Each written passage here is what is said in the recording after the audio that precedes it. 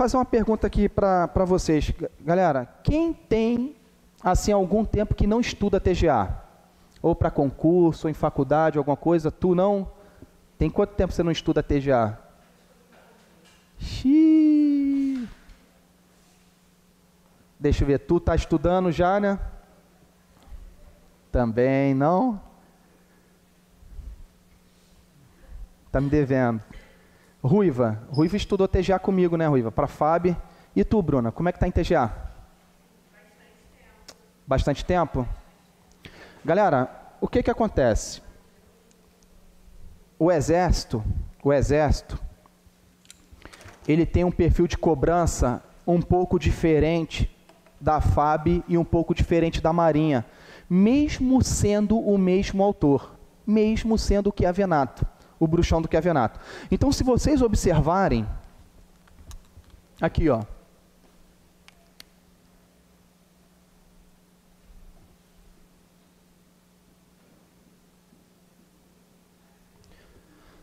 nós vamos estudar, pessoal, ao longo do tempo, 10 escolas da administração, né? Administração científica, com Taylor, administração clássica, com Fayol, teoria das relações humanas, com Elton Mayo, teoria neoclássica, com Peter Drucker, teoria da burocracia, com Max Weber, teoria estruturalista, Amitai Tizione, teoria comportamental, Herbert Simon, DO, com Leland Bradford, teoria de sistemas, com Bertalanffy, e a teoria contingencial, com Lawrence Lorsch. Nós vamos estudar as 10 escolas. Só que o exército, o conteúdo do exército, ele não começa aqui, ó. Ele começa aqui, ó.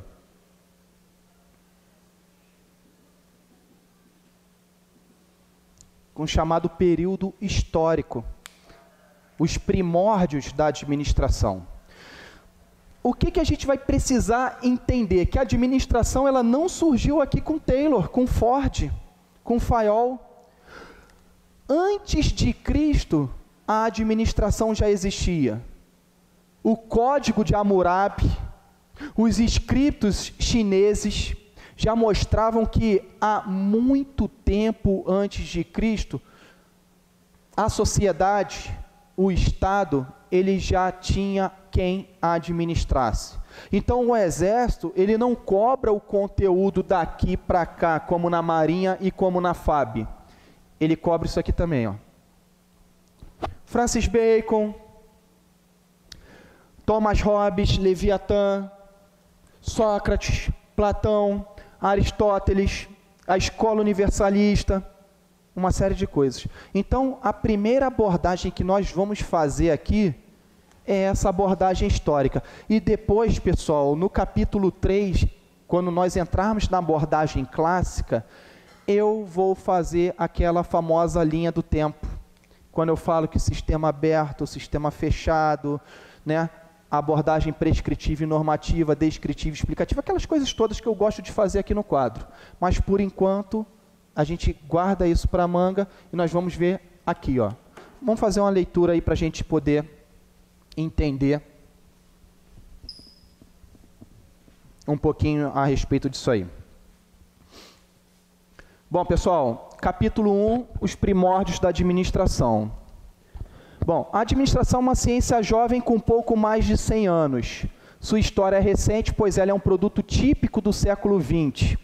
Na verdade, a administração é o resultado histórico integrado da contribuição cumulativa de vários precursores, filósofos, físicos, economistas, estadistas e empresários, que no decorrer dos tempos foram cada qual em seu campo de atividade, desenvolvendo e divulgando suas obras e teorias. Por isso, a administração moderna utiliza conceitos e princípios empregados nas ciências matemáticas, inclusive a estatística, nas ciências humanas, psicologia, sociologia, biologia, educação, etc., nas ciências físicas, física, química, como também no direito, na engenharia, na tecnologia da informação, etc.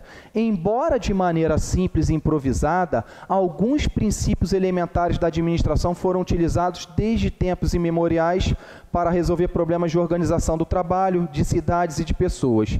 Nesse sentido, Jethro parece ser o precursor dos consultores de administração modernos. Referências pré-históricas acerca das magníficas construções erigidas durante a Antiguidade, no Egito, na Mesopotâmia e na Assíria, testemunharam a existência em épocas remotas de dirigentes capazes de planejar e guiar os esforços de milhares de trabalhadores em monumentais obras que perduraram até os dias atuais, como as pirâmides do Egito. Os papiros egípcios atribuídos à época de 1300 a.C. já indicavam a importância da organização e da administração da burocracia pública no Antigo Egito. Na China, as parábolas de Confúcio sugerem práticas para a boa administração pública. Bom, aquilo ali foi uma abordagenzinha, daqui para frente interessa para nós. Então, daqui para frente, ela é um conteúdo importante que a gente precisa entender quem é o autor e qual é a ideia desse cara, beleza? Bom, desde a antiguidade, a filosofia sugeriu muitos conceitos atuais de administração. Primeiro carinha aqui, ó, Sócrates, filósofo grego, em sua discussão com Nicomaquides, expõe seu ponto de vista sobre a administração como uma habilidade pessoal separada do conhecimento técnico e da experiência. Opa! Então, como que a gente vai fazer?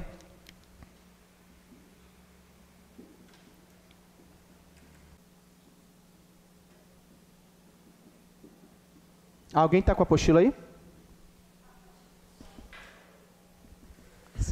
Não recebeu? Está no celular?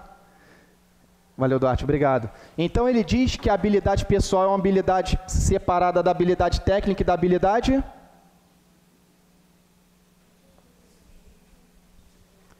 Vocês não estão acompanhando, né? Hã? Vocês não estão acompanhando, acordem. Pessoal, a primeira contribuição do Sócrates no campo da administração é que ele disse que o seguinte: um administrador, ele precisa separar o que é a experiência dele pessoal da parte técnica e da própria experiência que ele tem. Então, essa separação aqui é o primeiro ponto, primeiro apontamento que ultimamente não tem caído muito isso, mas está no contexto. Então, a gente precisa estar atento a tudo. Se cair, esse carinha aqui, ele é separado, ó. Essa é a primeira observação. Então, Rodrigo, eu tenho que decorar tudo? Não. Vamos para o macete, fazendo uma mapinha mental, a gente na hora lembra. Sócrates, separação das habilidades. Pessoal, da técnica e da experiência. Show de bola, pessoal? E aí, Bruna? Trouxe só a cara e a coragem, né, Bruna? Tá bom.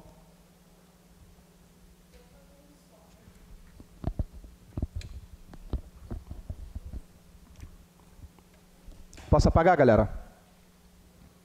Vou apagar, hein?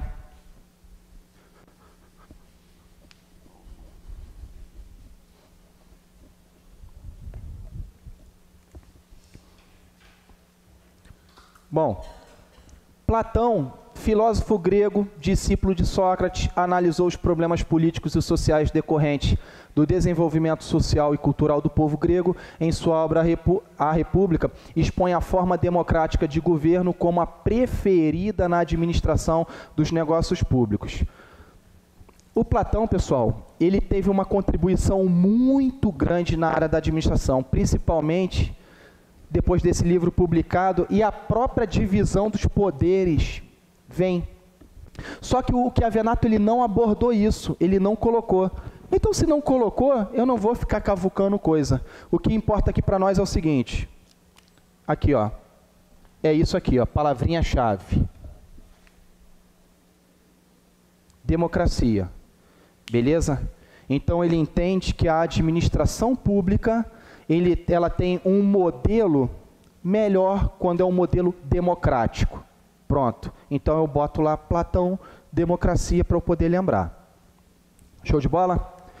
Aristóteles, discípulo de Platão, foi o filósofo mais influente até o início da Idade Moderna. Deu impulso inicial à filosofia, cosmologia, nosologia, metafísica, à lógica e às ciências naturais, abrindo as perspectivas do atual conhecimento humano. Em política, que versa sobre a organização do Estado, Aristóteles distingue 3 formas de administração pública. Isso aqui, há muito tempo atrás, foi questão de prova. O famoso má de toa. Aqui, ó. Monarquia, aristocracia e democracia. O que ele observou? Existiam 3 formas de se governar. A monarquia, pessoal, ela redundava em tirania, ou seja, o monarca, o absolutista, ele acabava se tornando um tirano. O aristocrata, a aristocracia, era ligado à oligarquia, e a democracia em anarquia. Isso aqui eu achei perfeito, perfeito. Por quê? Olá, ó, tua turminha Fábio está do outro lado, hein? Na outra sala aqui. Nada. Galera, o que acontece aqui? Ele observou, ele fez o que o Max Weber fez. Exatamente o que o Weber fez, o que nós vamos ver na teoria da burocracia. Ele observou as formas de se governar o Estado. Ele falou, pô, tem um monarca, pô, que esse cara aí vai ser um tirano. Eu tenho a aristocracia, que é a galera lá da High Society, que vão fazer uma oligarquia. Oligarquia é um grupo de pessoas que dominam muitos, né? E tem a democracia. Ah, a voz do povo, anarquia. Beleza? Durante os séculos que vão da Antiguidade ao início da Idade Moderna, a filosofia voltou-se para uma variedade de preocupações gradativamente distanciadas dos problemas administrativos. Bom, esse cara aqui é importante para nós. Esse cara, e cadê o outro? E esse cara aqui, ó, é importante para a administração pública. E eu vou mostrar para vocês por quê. E quando nós estivermos estudando administração pública, opa, vocês vão lembrar tanto do Francis Bacon como do Thomas Hobbes. Então, eu já vou fazer uma introdução aqui com vocês, para a gente pegar o bizu. Esse cara aqui, pessoal, ele dizia que o homem é mau. Se vocês lerem o Leviatã, o livro dele, o que bombou, ele diz numa frase assim, o homem é lobo do próprio homem. Eu acho até que ele parafraseou a Bíblia, maldito homem que acredita no homem, né? Porque olha só qual é o contexto aqui. Filósofo político inglês defende o governo absoluto em função de sua visão pessimista da humanidade. Na ausência do governo, os indivíduos tendem a viver em guerra permanente e conflito interminável para a obtenção de meios de subsistência. No seu livro O Leviatã, assinala que o povo renuncia a seus direitos naturais em favor de um governo que, investido do poder a ele conferido, impõe a ordem, organiza a vida social e garante a paz.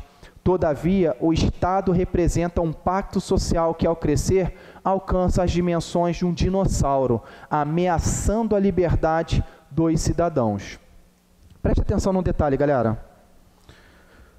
Vou fazer uma pergunta para a Bruna. Bruna, como que eu sei, ou você sabe, algo que é do meu direito ou do seu direito de fazer? Como que a gente sabe? Por exemplo, o que eu posso fazer, o que eu não posso em relação a você? Tem a Constituição, que diz quais são os nossos direitos, as leis. Pronto, então você já foi perfeita. Eu posso, por exemplo, chegar aqui na sala assim e me achar no direito de te agredir fisicamente ou verbalmente e falar tudo o que eu quero.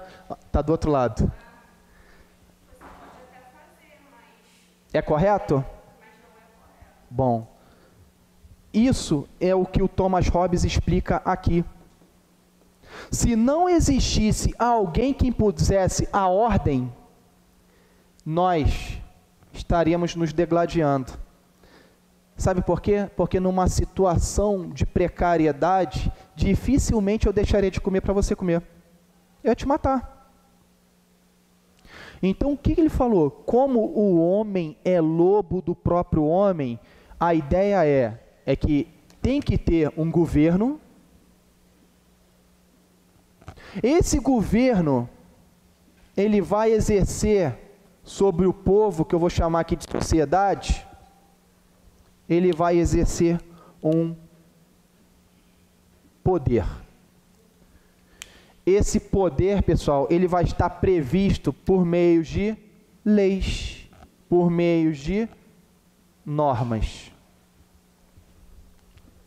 Então, a contribuição do Thomas Hobbes no O Leviatã, ele vai além da administração geral. Na verdade, ele é uma abordagem para a administração pública do Estado.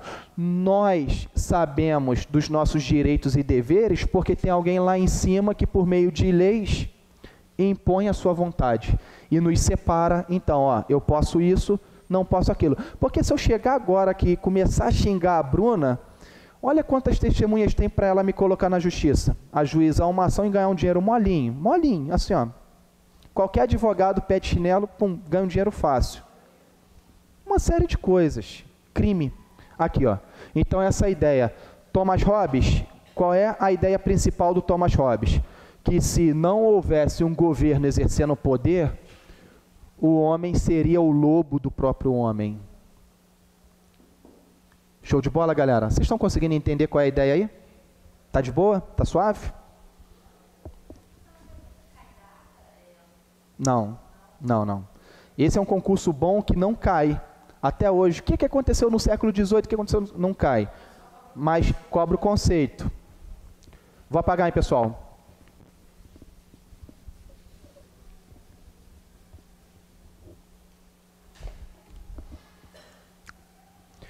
Jean-Jacques Rousseau, pessoal, desenvolveu a teoria do contrato social. Esse cara é importante também. Passei batidão nele, ó. O Estado surge a partir de um acordo de vontade. O contrato social é um acordo entre os membros de uma sociedade pelo qual reconhecem a autoridade de um governo, regime político ou conjunto de leis ou regras sobre todos de modo igual. Para Rousseau, o homem é bom e afável por natureza. Olha só a contradição. O Hobbes acha que o homem é sinistro, passa o rodo em geral. Ele já tem uma visão filosófica dos direitos humanos, esse cara. Filosófica, um homem armado não oferece ameaça, entendeu? Podem ficar tranquilo. Aqui, ó. É, mas ele tem mesmo. Então, olha qual é a ideia aqui que eu vou passar para vocês, do Rousseau.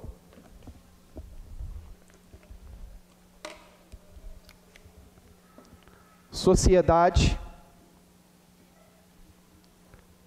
A sociedade, pessoal, faz uma espécie de acordo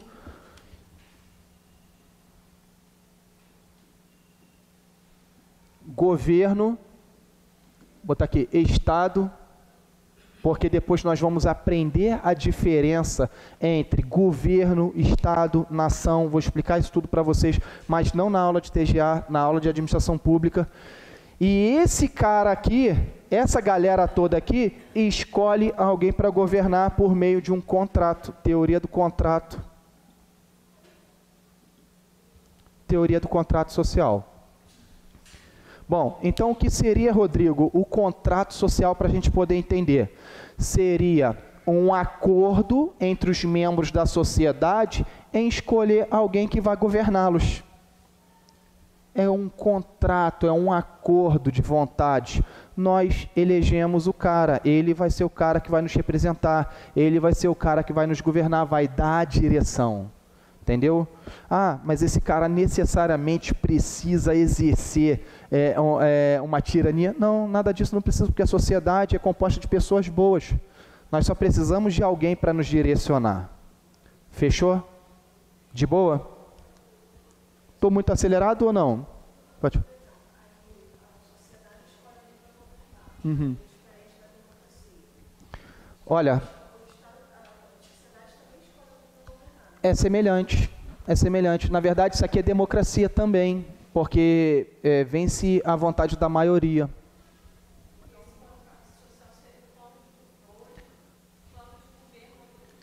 o contrato social vocês vão entender com outro nome. Na verdade, hoje, essa teoria do contrato social, pessoal, ela se transformou numa outra coisa aqui, ó. Que eu nem ia falar agora, mas a gente vai falar depois, nós vamos estudar muito isso, porque isso aqui cai pra caramba, tá sempre caindo nas FESEX. Governabilidade.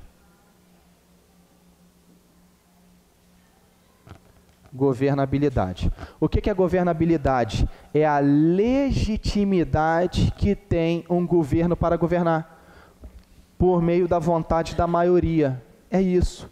Então, o contrato social, ele é o acordo da maioria em escolher alguém para governar.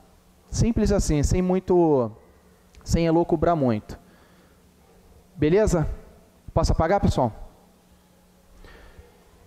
Não parece, mas já falamos conceitos pra caramba.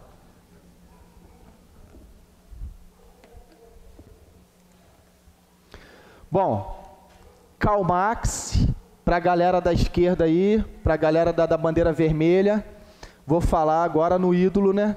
Eu não tenho, assim, eu sempre falo, pessoal, eu não tenho problema nenhum, nem com gente de esquerda, nem com gente de direita. Mesmo porque essas eleições agora dividiu minha família no meio.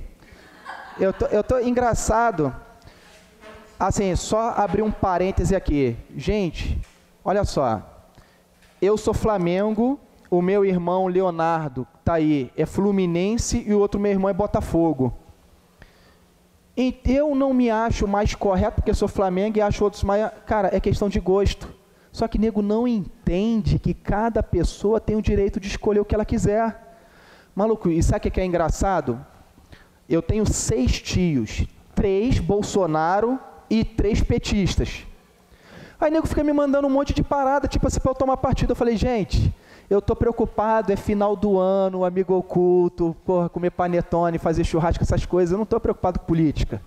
Eu tenho o meu conceito. Não, mas pô, que não sei o que, que não sei o que. Eu falei, gente, vocês ficam brigando aí? Deixa eu trabalhar, pô. Vou trabalhar e estudar, que é melhor que eu ganhe dinheiro, que eu for a minha vida. Fiquem aí. Cara, e minha tia, meu Deus do céu, é de manhã até de noite, fica me marcando num monte de coisa. Eu falei, tia, não me marque em nada. A senhora pode mandar isso, manda todos esses seus vídeos aí, pode mandar para mim, eu vou ver. Aí, e o meu tio Cláudio, né, que é o petista, né? Aí eu falo, gente, eu tô com cabo da Ciolo, pronto, glória a Deus. Porra. Tem. Beleza? Então, cara, esse cara aqui, o Max, ele fez uma coisa que é muito interessante. Eu apresentei um trabalho uma vez sobre um bruxo da patota dele aí. Olha só, Marx e Engels, eles propõem uma teoria da origem econômica do Estado. O poder político e do Estado nada mais são do que o fruto da dominação econômica do homem pelo homem. O Estado vem a ser uma ordem coativa imposta por uma classe social exploradora. No Manifesto Comunista, publicado em 1840, afirmam que a história da humanidade é uma história da luta de classes. Homens livres e escravos, patrícios e plebeus, nobres e servos, mestres e artesãos, exploradores e explorados, sempre mantiveram uma luta oculta ou manifesta. Marx afirma que os fenômenos históricos constituem o produto das relações econômicas entre os homens. O marxismo foi a primeira ideologia a afirmar o estudo das leis objetivas do desenvolvimento econômico da sociedade em oposição a ideais metafísicos. Pena que suas ideias tenham sido mal aproveitadas. A partir da filosofia moderna, a administração deixou de receber suas contribuições e influências, pois o campo de estudo filosófico passou a se afastar dos problemas organizacionais. Preste atenção nesse detalhe aqui, galera. Vou explicar uma coisa para vocês que é importante.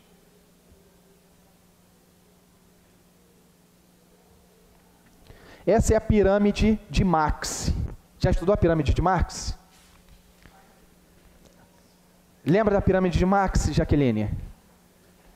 Pô, ainda... Não, de Marx. De Maslow a gente vai ver ainda. De Marx. Galera, o Karl Marx, ele disse o seguinte. Aqui embaixo, quem é que está aqui, ó? A classe operária, os operários. A galera do...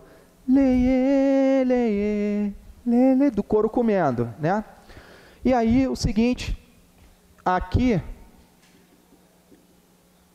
está o Estado e aqui no topo o capitalismo. O capitalismo. O que esse cara defendia? A luta de classes. Ele defendia que os operários não deveriam estar aqui, como o capitalismo não deveria estar aqui. O Estado deveria estar aqui e o capitalismo abaixo dos operários.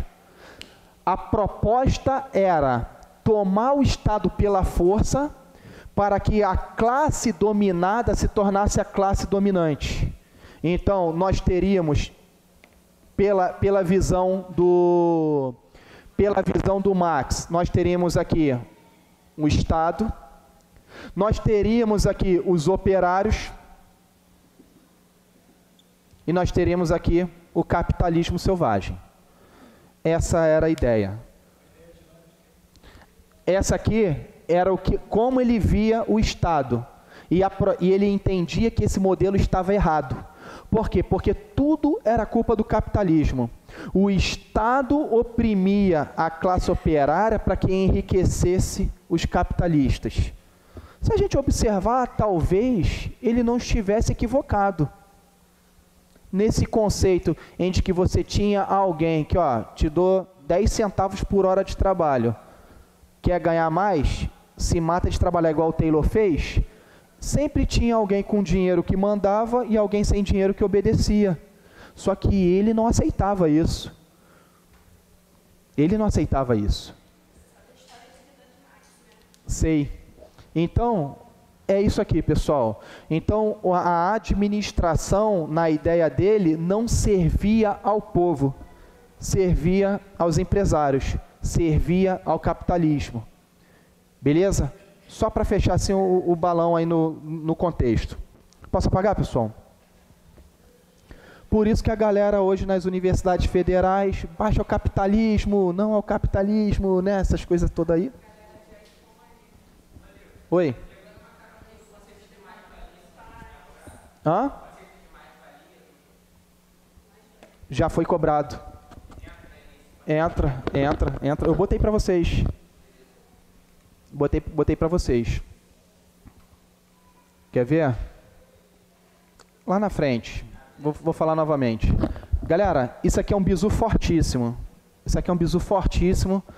De vez em sempre pipoca isso aí na prova das FESEX. Após a queda do Império Romano, aqui no século V depois de Cristo, a Igreja Católica e a organização militar passaram a ser modelos de organização e princípios administrativos. Anotem isso! A teoria clássica se baseou na Igreja Católica e na organização militar por causa das seguintes características. Galera, nós vamos estudar a teoria clássica. O Fayol, ele se baseou na igreja e no exército para poder montar um modelo de organização. Ele entendia que a unidade de comando, o princípio da cadeia escalar de Mooney, a linha bem definida de autoridade era o ideal para uma empresa. Ele não gostava, por exemplo, que um funcionário chegasse assim direto, ei chefe, aí o outro chefe, ele não gostava disso não. Nós vamos ver, o Fayol, ele veio da aristocracia, era aquele cara que gostava, olha só, você só tem um chefe, você se reporta a um chefe. E esse modelo, ele foi copiando daqui, ó. Então isso aqui é um bizu. Mas gente, cadê as características? Eu botei aí para vocês. Me presta a sua folha, posso ler?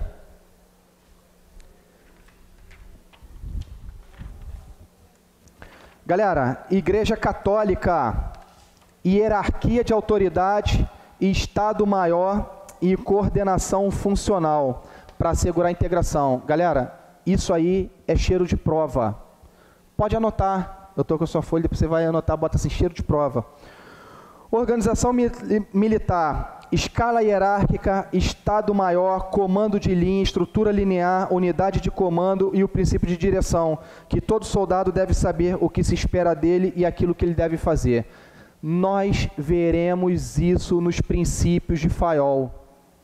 É para se preocupar agora? Não, é só para anotar aí. Bota aí, Fayol, princípios de Fayol.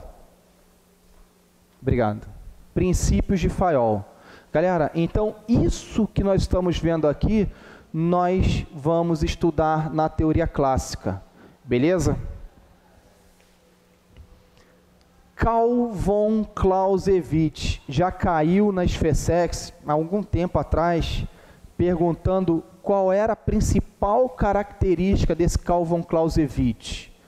Alguém sabe dizer qual foi a principal contribuição dele na área da administração? Existe uma palavra que define. Quem falou estratégia? Exatamente, estratégia. Beleza? Vamos ver aqui por quê. É considerado o pai do pensamento estratégico. Pronto. No início do século XIX, escreveu um tratado sobre a guerra e os princípios de guerra e sobre como administrar os exércitos em período de guerra. Definiu a guerra como uma continuação da política por outros meios. A guerra sempre foi um jogo. Embora cruel e destruidora, sempre foi uma instituição normal da sociedade humana e um instrumento racional de política.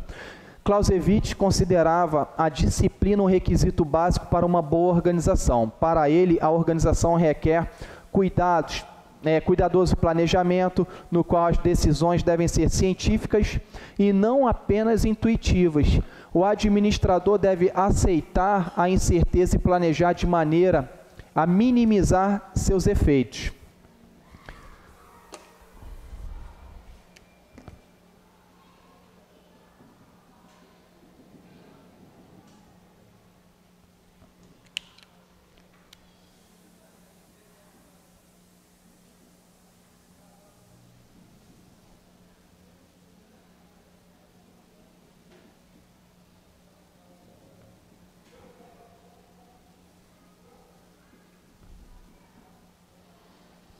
Galera, olha só, quando a gente mergulha um pouquinho, né, vai um pouquinho mais a fundo dos conceitos do Carl von Clausewitz, esse foi um general prussiano, tá? Esse foi um camarada que ele comandava com vitória algumas batalhas na época da Prússia, né? E ele, o seguinte, porque a administração recepcionou os conceitos dele? Porque ele detalhava tudo por meio de planejamento. Os ataques eram coordenados, os recursos eram empregados, ele estabelecia objetivos, ele estabelecia metas. Então, se a gente observar as empresas hoje, não agem assim. Qual é a empresa hoje que não tem a sua missão, a sua visão de futuro, os seus objetivos, as suas metas, né?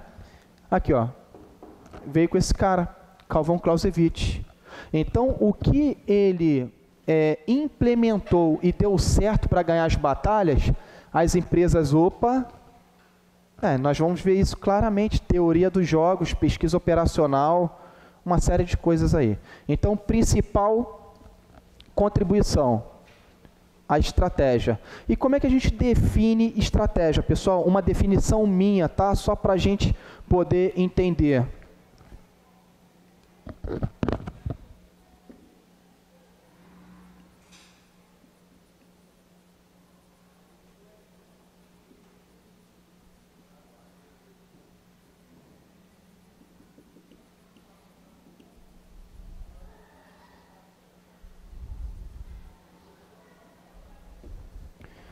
É o emprego dos meios para o atingimento dos fins.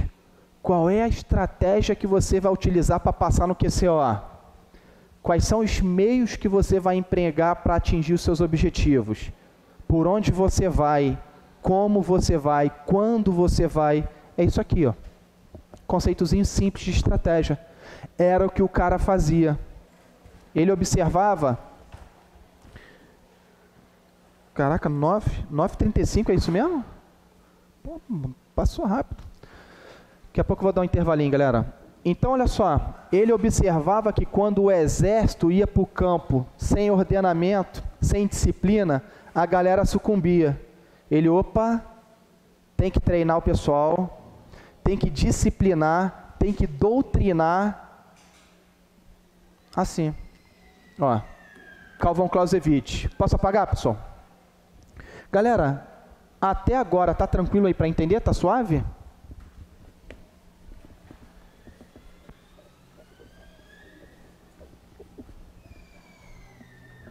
Isso é uma criança chorando?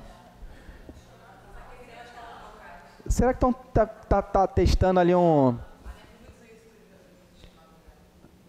Galera, eu não sei se está correto aí a sequência, mas vem o Francis Bacon agora aí.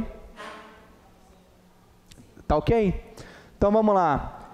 Filósofo e estadista inglês, fundador da lógica moderna, baseada no método experimental e indutivo, mostra a preocupação prática de separar experimentalmente o que é essencial do que é acidental ou acessório.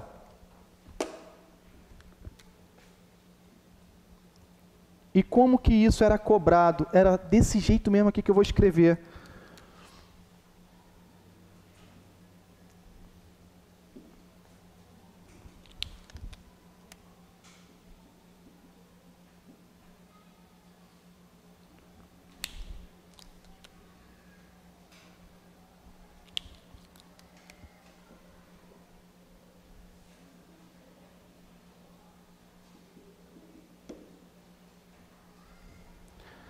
Separação entre o principal e o acessório. Ó, vocês que estudam TGA, me respondam uma coisa. Qual o princípio? Já vou até dar o nome do autor, hein? Só para testar conhecimento, hein? Qual o princípio do Taylor que fala sobre isso aqui? Devagar, pessoal. Um de cada vez, que senão não consigo ouvir. Muito... Ó, dei a dica, princípio do Taylor, hein? Vou fazer o desenho, hein? Já é um bizu de prova, hein? Porque isso cai, hein? Aqui, ó.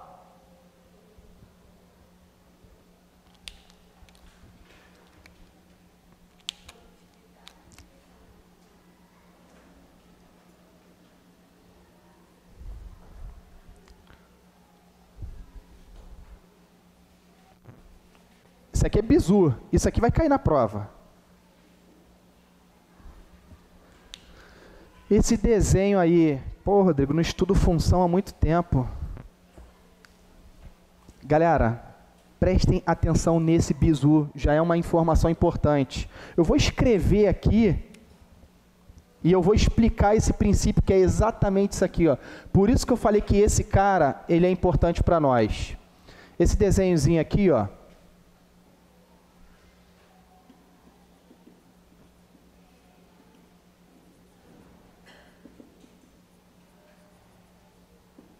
Princípio da exceção. Princípio da exceção. Isso cai. Isso é importante.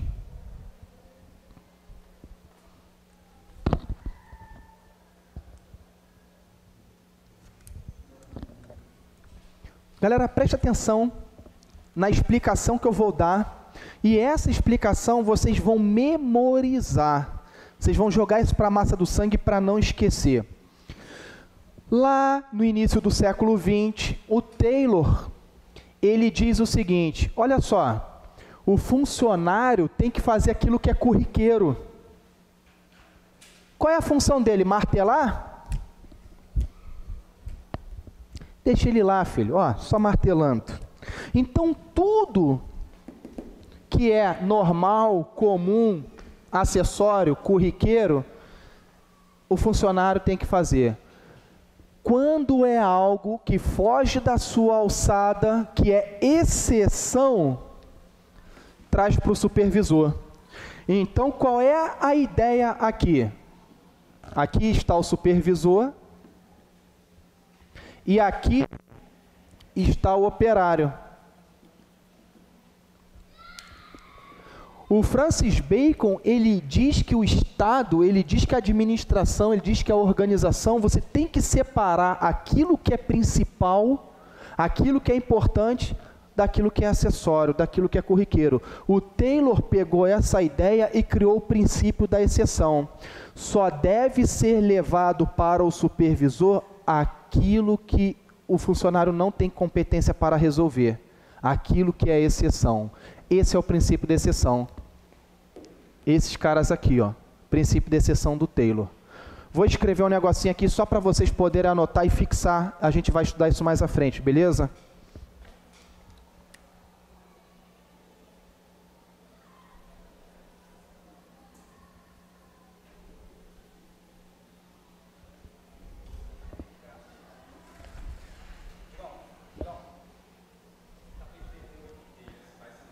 Que isso, olha ele aí, olha o felizardo aí. Beleza, meu amigo? Tranquilo? Seja bem-vindo aí.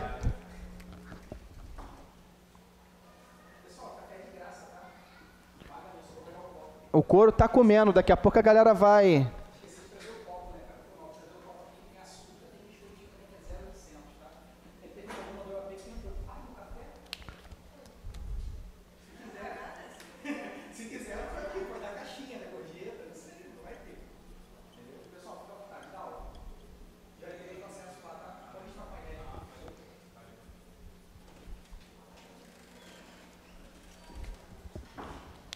Galera, segundo Taylor, só deve ser levado ao supervisor o que fugir da competência do operário, porque ele separa, pegando a ideia do Francis Bacon, ele separa aquilo que é principal do que é acessório.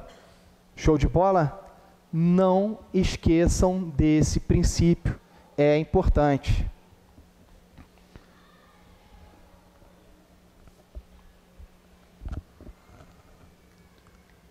E aí, quando a gente entrar em Taylor, vocês vão ver que a autoridade, nesse caso, ela surge de baixo para cima. O questionamento vem do operário para o supervisor. E aí o supervisor, então, toma a decisão. Beleza? É, autoridade, é isso que está escrito mesmo, autoridade. Não, ela surge de baixo para cima. É o operário traz o questionamento para o cara poder resolver. Então, o que a Venato escreveu, que a autoridade ela surge de baixo para cima. Beleza?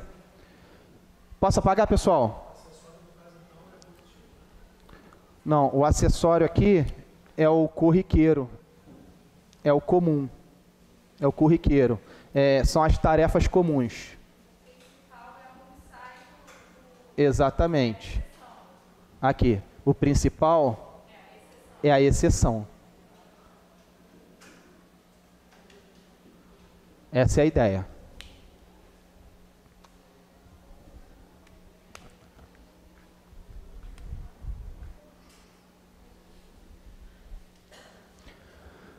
Posso apagar, galera?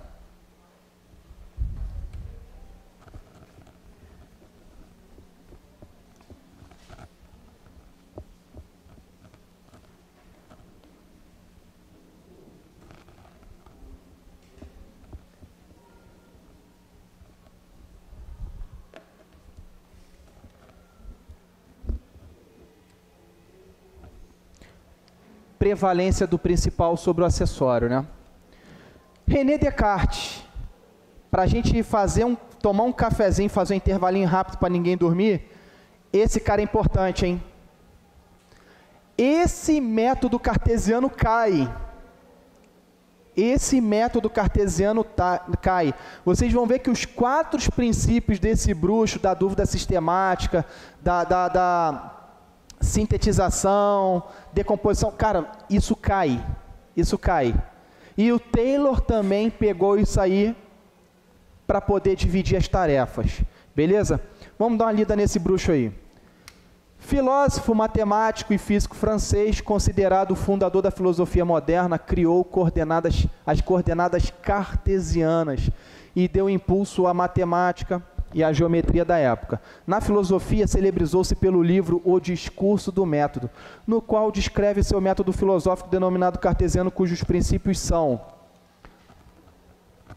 Se vocês pegarem as provinhas mais antigas, vocês vão ver pelo menos umas 3 questões dessa daqui lá, ó.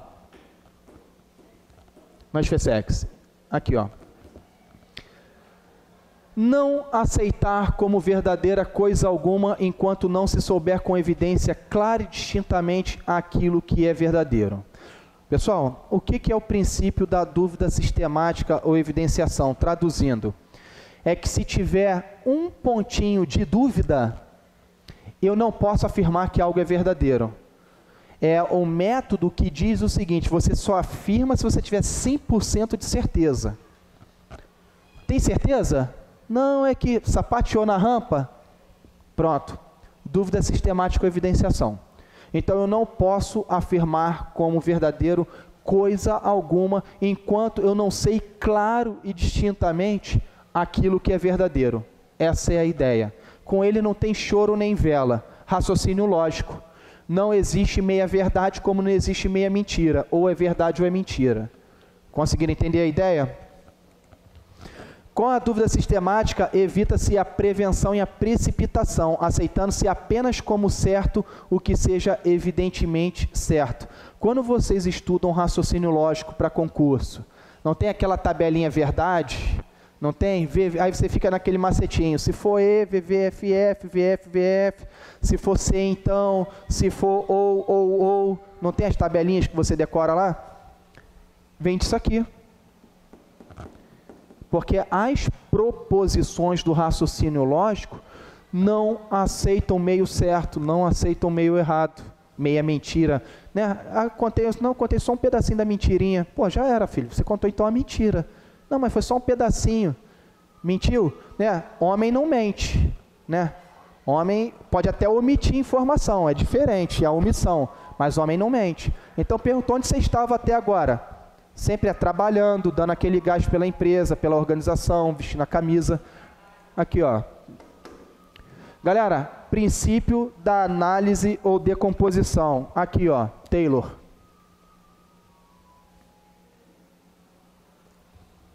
Aqui, ó. Divisão de tarefas. Divisão de tarefas. Aqui, ó. Dividir e decompor cada dificuldade ou problema em tantas partes quanto sejam possíveis e necessárias à sua compreensão e solução para resolvê-las separadamente. Galera, eu vou dar um bizu para vocês agora. E por que a análise ou decomposição? Por que eu citei o Taylor? Preste atenção nisso aqui, ó.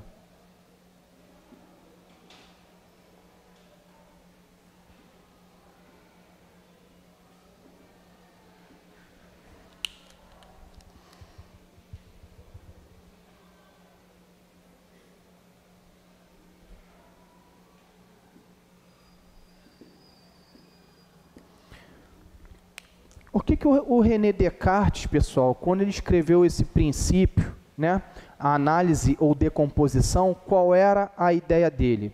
Se eu tenho um problema muito grande para resolver, eu posso fragmentar, eu posso dividir, eu posso separar, e a partir então de problemas menores ir resolvendo.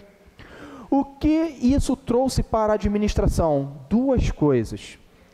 Primeiro, que esse conceito aqui foi escrito novamente no livro A Riqueza das Nações, do Adam Smith, que ele falava sobre a divisão do trabalho, a divisão das tarefas. Segundo, que o Taylor, ele confirmou isso. Ele pegou uma tarefa grande e separou dessa maneira.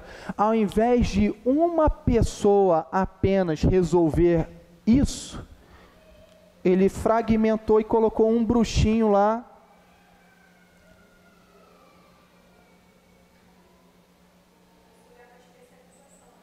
Especialização do trabalho, que a gente vai falar, exatamente. Aqui, ó. Cada um cuida de um pedacinho. Super especialização do operário. Eu não quero o maluco generalista. Eu não quero o cara que... Não, eu quero só o cara que saiba uma partezinha do processo. No último concurso caiu uma questão mais ou menos falando sobre isso, do Fordismo.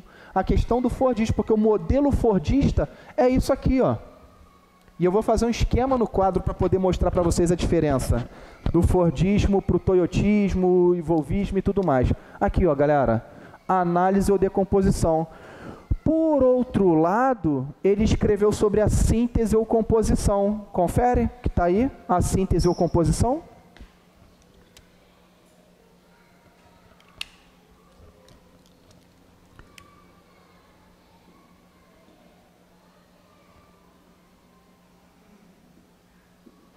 Síntese ou composição.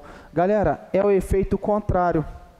Se aqui eu divido, reparto, aqui eu faço isso, ó.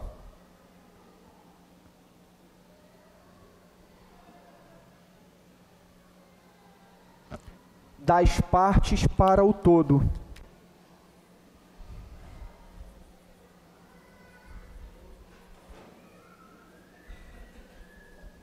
E aqui, do todo para as partes.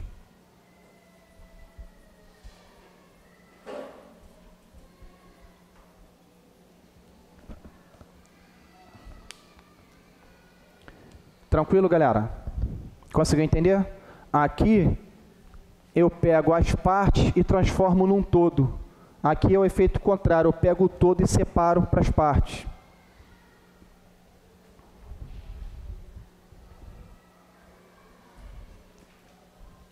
E aí, Adalberto, tranquilidade? Suave na nave?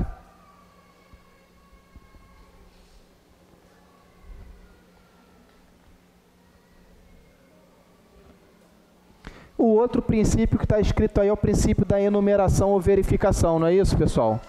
Princípio da enumeração ou verificação. Rapaz, hoje está agitado o negócio aí, hein? Está tendo simulado lá embaixo, vai até meio-dia. Tá. Galera, princípio da enumeração ou verificação. Deve estar escrito aí que para que se confirme alguma coisa, eu devo verificar tantas quantas vezes for possível para que não fique dúvida. Alguém pode ler o conceito aí para mim?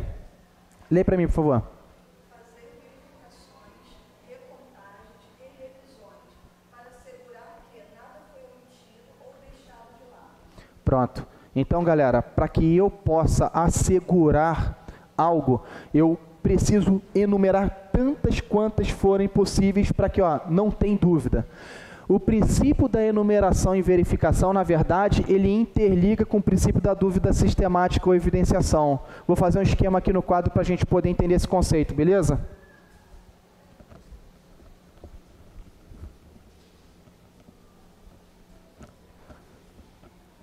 Galera, se eu tiver muito acelerado aí, me avisa, tá? Porque enquanto eu estou vendo a luz verde, eu estou lançando. Se ninguém parar na porta... Vamos lá, aqui, ó.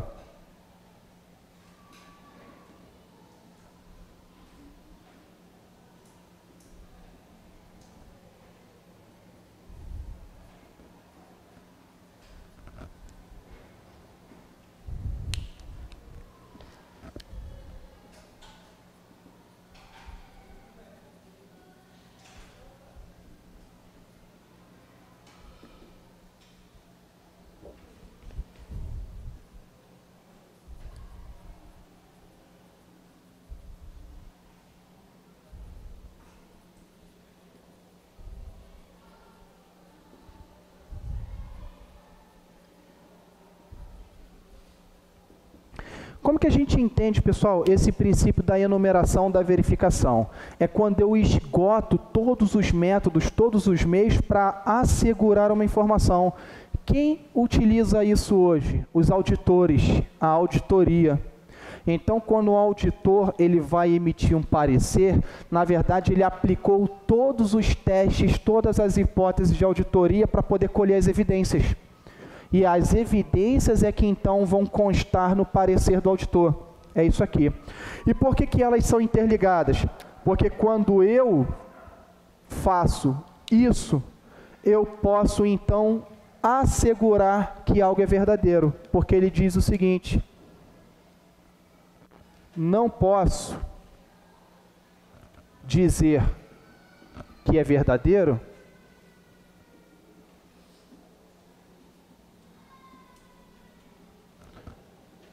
se eu não souber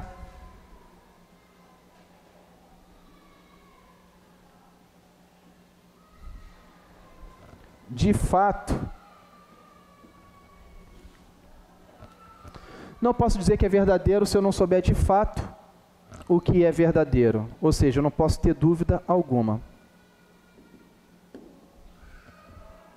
Beleza, pessoal? É isso. Então, Rodrigo, como que eu vou lembrar disso na prova? Método cartesiano. Princípio da dúvida sistemática ou evidenciação, eu só posso afirmar algo verdadeiro se eu souber 100% que é. Beleza? Princípio da dúvida sistemática ou evidenciação. O outro, princípio da análise ou decomposição. Eu pego um problema, uma tarefa maior e decomponho em parte, do todo para as partes. Princípio da síntese ou composição é o contrário, das partes para o todo. E o princípio da enumeração ou verificação é quando eu faço todas as comprovações possíveis para assegurar a informação. Beleza, galera? Pessoal, alguém quer fazer alguma pergunta? Tá tranquilo? Então vamos tomar um cafezinho aí e daqui a pouco a gente volta.